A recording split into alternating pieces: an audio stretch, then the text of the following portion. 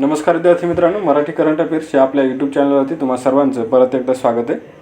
आजच्या व्हिडिओमध्ये आपण 20 जानेवारी व 21 जानेवारी 2022चे जे काही महत्त्वाचे करंट अफेअरचे प्रश्न बनत असतील ते सर्व प्रश्न या व्हिडिओच्या माध्यमातून आपण पाहणार आहोत।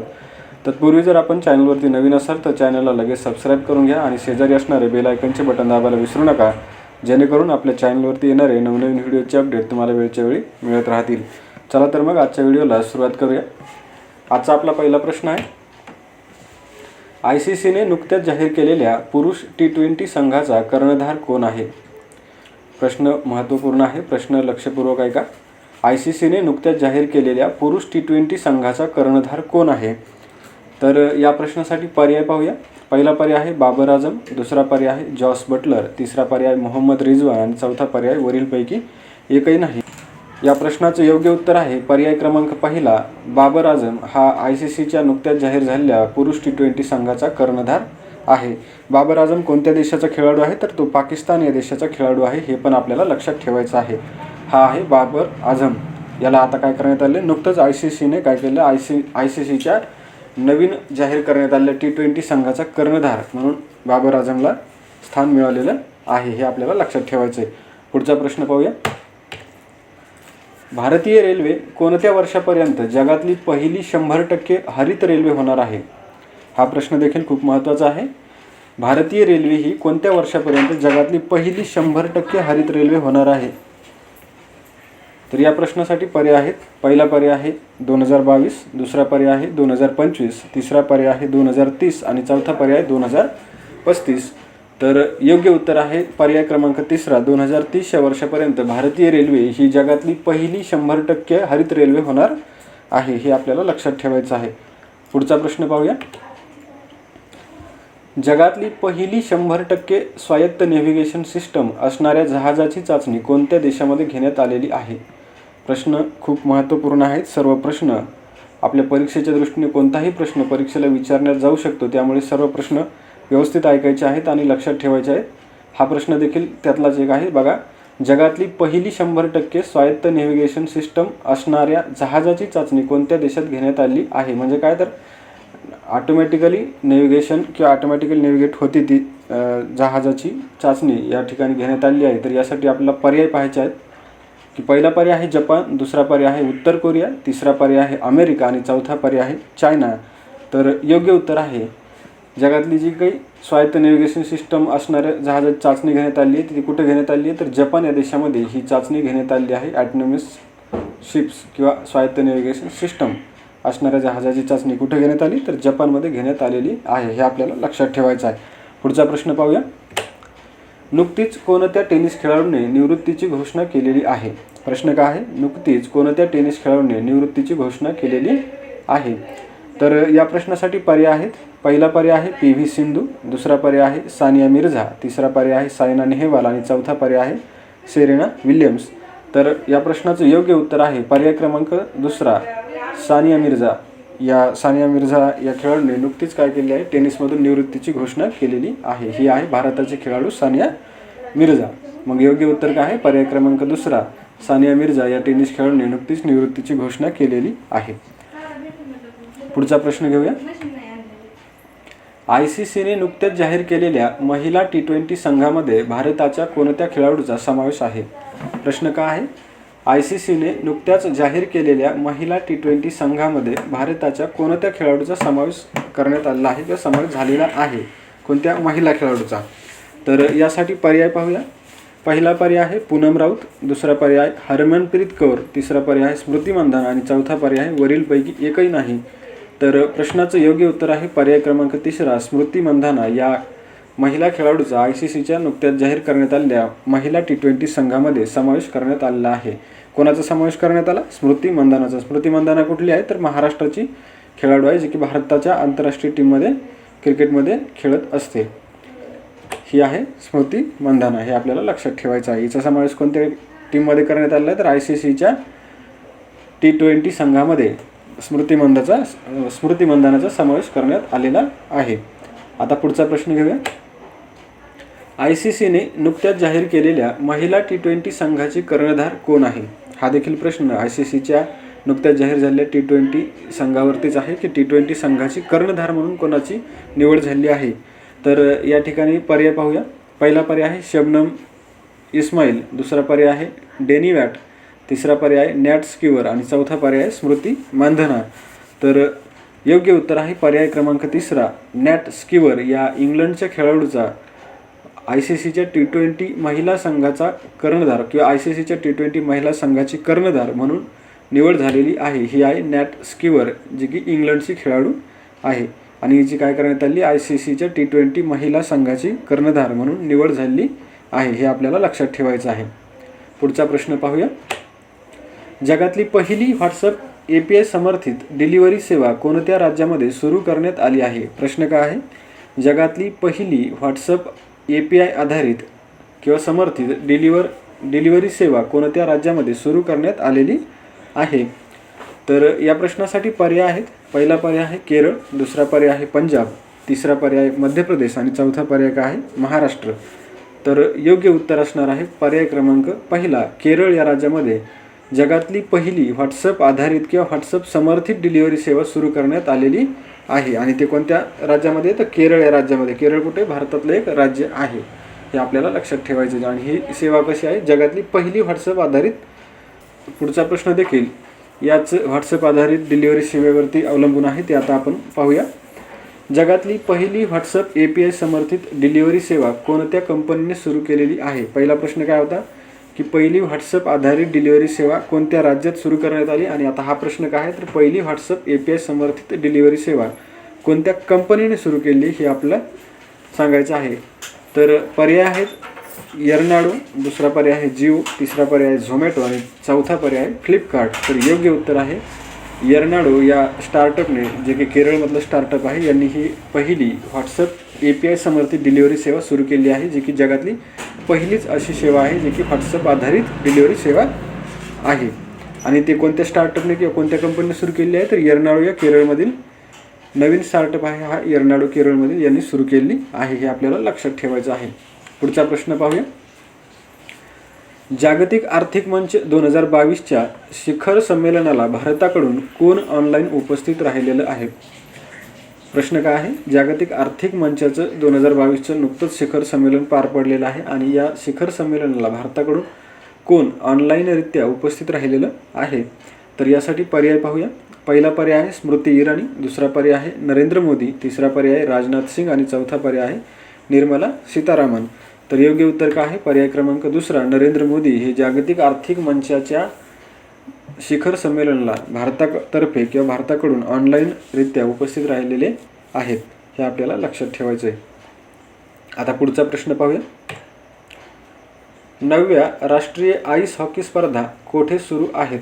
प्रश्न काय आहे, 9व्या राष्ट्रीय आईस हॉकी स्पर्धा कोठे सुरू आहेत? तर या प्रश्नासाठी पर्याय पाहूया. पहिला पर्याय आहे हिमाचल प्रदेश, दुसरा पर्याय आहे आसाम, तिसरा पर्याय आहे दिल्ली आणि चौथा पर्याय आहे महाराष्ट्र. तर प्रश्नाचं योग्य उत्तर आहे 9व्या राष्ट्रीय आईस हॉकी स्पर्धा या हिमाचल प्रदेश या ठिकाणी सुरू आहेत. आणि हिमाचल प्रदेशमध्ये कोणत्या ठिकाणी सुरू आहेत, तर त्या कझा या ठिकाणी सुरू आहेत. कझा या शहरामध्ये किंवा या ठिकाणी त्या सुरू आहेत. आणि या स्पर्धांचं उद्घाटन केलेलं आहे हिमाचल प्रदेशचे मुख्यमंत्री जयराम ठाकूर यांनी. आणि या 9व्या राष्ट्रीय आईस हॉकी स्पर्धा आहेत ज्या की 2022 सालासाठी खेळल्या जाणार आहेत, की 2022मधल्या या 9व्या आईस हॉकी स्पर्धा आहेत. हे आपल्याला एकूण 9व्या आईस हॉकी स्पर्धा आहेत, हे आपल्याला लक्षात ठेवायचं आहे. पुढचा प्रश्न पाहूया. केंद्र सरकारने 24 जानेवारी ऐवजी कोणत्या दिवसापासून प्रजासत्ताक दिन समारोह सुरू करण्याचा निर्णय घेतलेला आहे?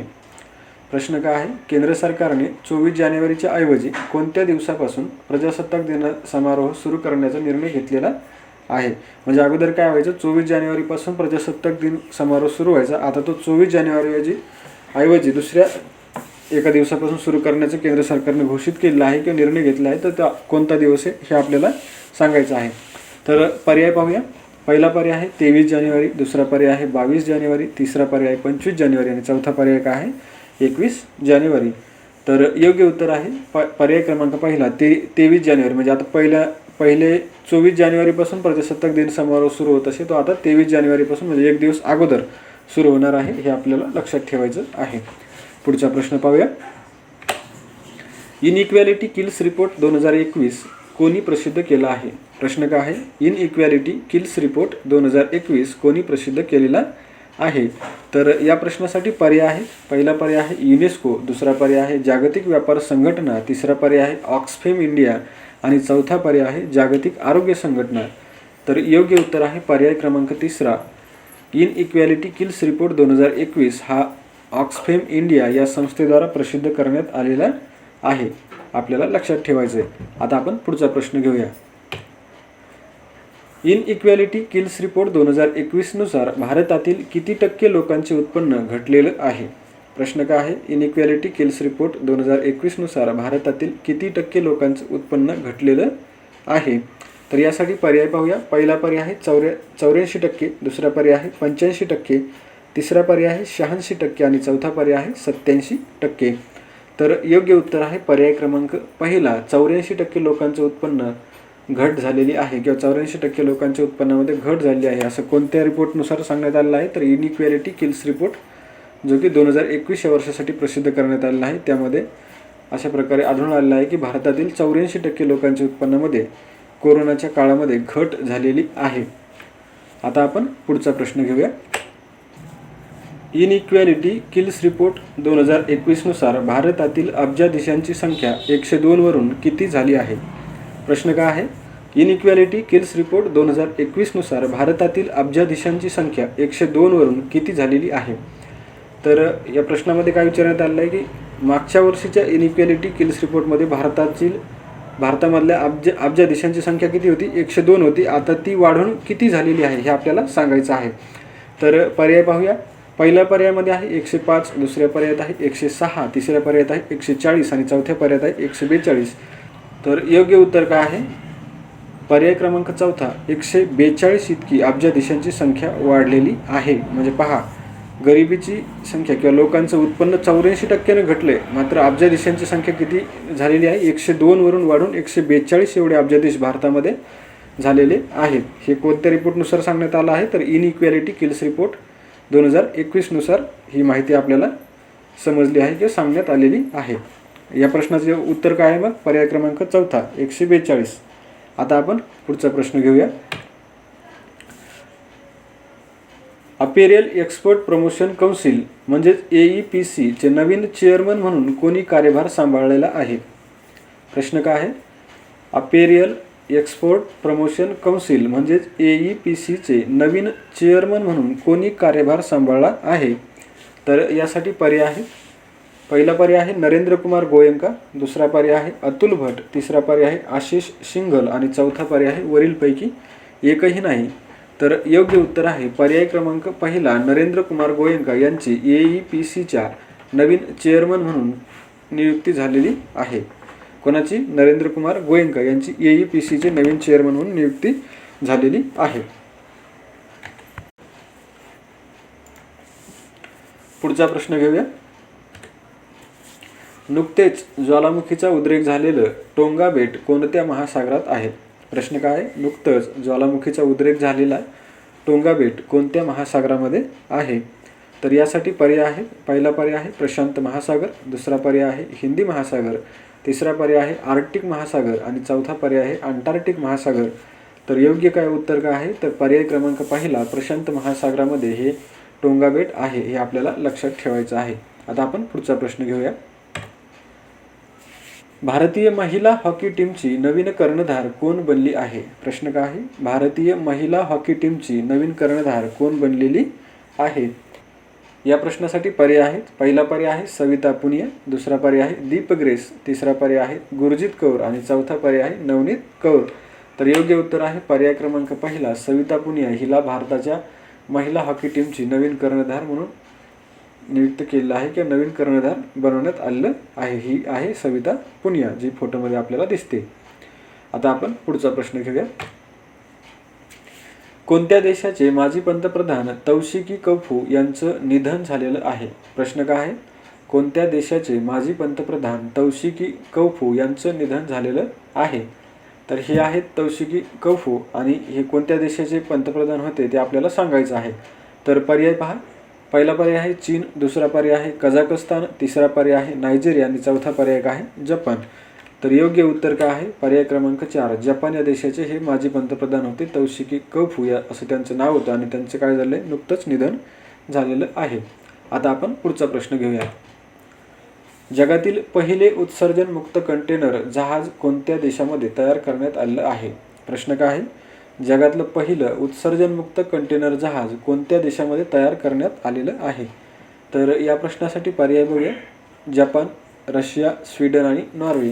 तर यापैकी योग्य उत्तर आहे पर्याय क्रमांक 4 नॉर्वे या देशामध्ये पहिलं म्हणजे जगातलं पहिलं उत्सर्जनमुक्त कंटेनर जहाज तयार करण्यात आलेलं आहे. आणि हे फोटोमध्ये दिसतंय ते आहे पहिलं उत्सर्जनमुक्त कंटेनर जहाज जे की नॉर्वे या देशाने तयार केलेलं आहे. हे आपल्याला लक्षात ठेवायचे की नॉर्वे देशात ते तयार करण्यात आलेलं आहे, जे की जगातलं पहिलंच उत्सर्जनमुक्त कंटेनर जहाज आहे. आता आपण पुढचा प्रश्न पाहूया. कोणत्या विद्यापीठाने देशातील पहिलाच हिंदू धर्म विषयाचा पदव्युत्तर अभ्यासक्रम सुरू केला आहे? प्रश्न काय आहे? कोणत्या विद्यापीठाने देशातील पहिलाच हिंदू धर्म विषयाचा पदव्युत्तर अभ्यासक्रम सुरू केलेला आहे? तर या प्रश्नासाठी पर्याय आहेत. पहिला पर्याय आहे बनारस हिंदू विद्यापीठ, दुसरा पर्याय आहे सावित्रीबाई फुले विद्यापीठ, तिसरा पर्याय आहे रामानंद तीर्थ विद्यापीठ आणि चौथा पर्याय आहे मुंबई विद्यापीठ. तर योग्य उत्तर आहे पर्याय क्रमांक पहिला बनारस हिंदू विद्यापीठाने नुकतंच देशातला पहिलाच हिंदू धर्म विषयाचा पदव्युत्तर अभ्यासक्रम सुरू केलेला आहे. हे आपल्यासाठी महत्त्वाचा प्रश्न आहे, हे आपण लक्षात ठेवायचं आहे. आता आपण पुढचा प्रश्न पाहूया. हा प्रश्न देखील खूप महत्त्वाचा आहे. ICCच्या कसोटी संघाची नुकतीच घोषणा झालेली आहे आणि त्यात निवड झालेल्या भारतीय खेळाडूंबाबत योग्य पर्याय निवडायचा आहे. प्रश्न काय आहे? तर ICCचा कसोटी संघ देखील नुकताच घोषित झालेला आहे. त्यामध्ये भारतातल्या काही खेळाडूंची निवड झाली आहे. यापैकी आपल्याला चुकीचा पर्याय निवडायचा आहे किंवा चुकीचा म्हणजे जो खेळाडू संघामध्ये नाही आहे तो आपल्याला निवडायचा आहे. तर आपण पाहूया पर्यायामध्ये कोणते खेळाडू आहेत. तर पहिल्या पर्यायामध्ये आहेत रोहित शर्मा, दुसऱ्या पर्यायात आहे ऋषभ पंत आणि तिसऱ्या पर्यायात आहे रविचंद्र अश्विन. तर चौथा पर्याय आहे सर्व योग्य किंवा सर्व बरोबर. तर या प्रश्नाचं उत्तर आहे पर्याय क्रमांक 4 सर्व बरोबर. ICCचा जो कसोटी संघ जाहीर झालेला आहे त्यामध्ये भारताच्या 3 खेळाडूंची निवड झाली आहे. ते आहेत रोहित शर्मा, ऋषभ पंत आणि रविचंद्र अश्विन. या 3 भारतीय क्रिकेटरची निवड ICCच्या कसोटी संघामध्ये झालेली आहे, हे आपल्याला लक्षात ठेवायचं आहे. आता आपण पुढचा प्रश्न पाहूया. प्रश्न काय? नुकत्याच जाहीर करण्यात आलेल्या ICC कसोटी संघाचा कर्णधार म्हणून कोणाची निवड करण्यात आलेली आहे? तर ICC कसोटी संघाचा कर्णधार फोटोमध्ये आपल्याला दिसतोय हा जो आहे तो केन विल्यमसन आहे. म्हणून प्रश्नाचं योग्य उत्तर पण काय असणार आहे? केन विल्यमसन हा जो न्यूझीलंडचा खेळाडू आहे त्याची काय करण्यात आली आहे? ICCच्या कसोटी संघाचा कर्णधार म्हणून निवड करण्यात आलेली आहे. मग उत्तर काय असणार आहे? पर्याय क्रमांक 4 केन विल्यमसन. हे होते आजचे आपले सर्व जवळपास आपण 20 प्रश्न या व्हिडिओच्या माध्यमातून आपण पाहिले आहेत. आता राहिलेले प्रश्न आपण उद्याच्या व्हिडिओमध्ये देखील घेऊया. आणि व्हिडिओ आवडला असेल तर व्हिडिओला लाईक नक्की करा, नवीन असाल तर सबस्क्राईब करा आणि शेजारी असणारे बेल आयकॉनचं बटन दाबायला विसरू नका, जेणेकरून आपल्या चॅनलवरती येणारे नवनवीन व्हिडिओचे अपडेट तुम्हाला वेळच्या वेळी मिळत राहतील. आणि आपण कंबाईनच्या दृष्टीने अभ्यास कसा करावा, चालू घडामोडीचा अभ्यास, बाकी इतर विषयांचा अभ्यास आणि प्रश्नपत्रिका कशा प्रकारे सोडवावे याबद्दल देखील जर आपले व्हिडिओ चांगले व्ह्यूज मिळाले तर त्याबद्दल देखील आपण व्हिडिओ बनवणार आहोत. त्यामुळे आपल्या चॅनलला लगेच सबस्क्राईब करून घ्या आणि मित्रांना देखील शेअर करा. आणि आता भेटूया आपण पुढच्या व्हिडिओमध्ये. तोपर्यंत धन्यवाद.